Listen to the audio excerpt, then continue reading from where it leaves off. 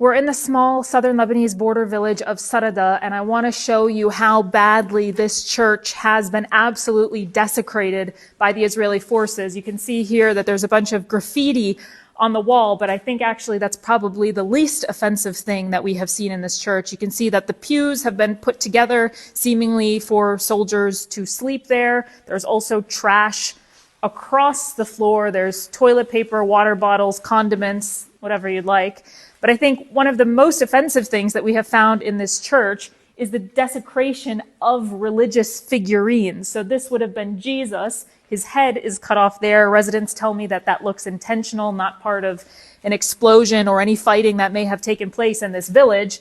You can see here that the rest of the church also seems to have been used by the forces, the Israeli forces, for personal use, pillows, blankets, all in here. And again, just the entire church has been trashed. There's so much soil in it. A lot of it has also been burned. You can see how black these walls are. This kitchen, also belonging to the church, seems to have been used. You can see beans and coffee and whatnot. And this, I think, is again one of the more offensive things that we have found in here. This is the Virgin Mary. Her face seems to have been cut off. You can also see baby Jesus over there, his arm cut off. And actually, the state of this church, it's unique, but the entire town, and this is a very small town, there are only some 8 families living here.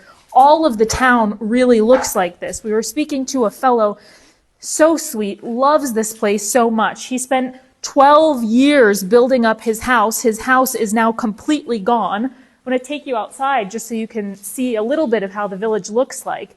But I will also tell you that for residents of this village, the most horrifying part isn't even necessarily the state that the village has been left in, but also the fact that the Israelis still remain on that hilltop. That is one of the 5 military positions that the Israelis are remaining in violation of the ceasefire agreement and in what constitutes an ongoing occupation of Lebanese soil.